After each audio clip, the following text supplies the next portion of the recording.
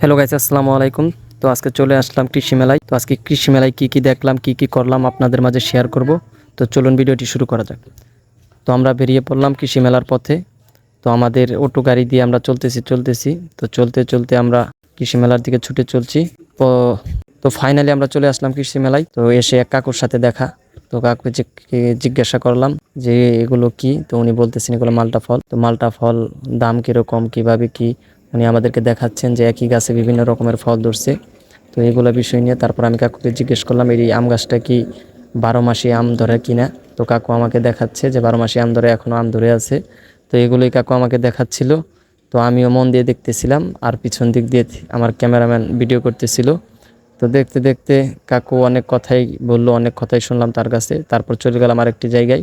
তো এই জায়গায় এসে দেখি ফুলের বাহার। তো ফুল দেখে তো আমি পুরাই পাগল। তো দেখতেই পারছেন রং বেরঙের ফুলগুলা সাজিয়ে রেখেছে এই জায়গায়। তো আমিও একটু দেখতেছিলাম যে আসলে একটি ফুল এগুলা কিভাবে কি সেল করে, এগুলো বিষয়ে লোকটির কাছে জানতেছিলাম।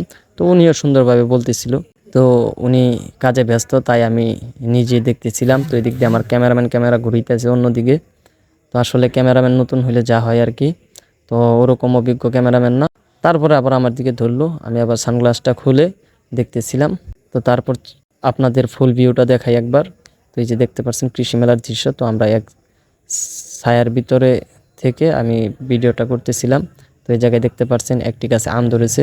কাকুকে বললাম আমটি কি খাওয়া যাবে। কাকু বলতেছে যে না বাবা, এটা আমার বিক্রি করতে হবে, যার কারণে এই আমটা শো হিসেবে রেখেছি। তো আমরা চলে আসলাম এই জায়গায় ফটোশ্যুট করে অনেকেই এই গোল চত্বরটার দিকে। তো এই জায়গা থেকে যদি আপনাদের দেখাই দৃশ্যটা, এই যে দেখেন এদিক দিয়ে আবার একটি কচু।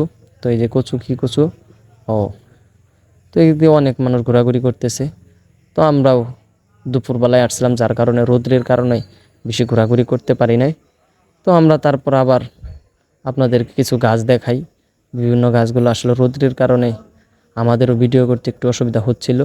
তো চারপাশটা মোটামুটি ভালোই লাগলো দেখে। তো এভাবে দেখতে দেখতে আমরা অনেকক্ষণ দেখতেছিলাম।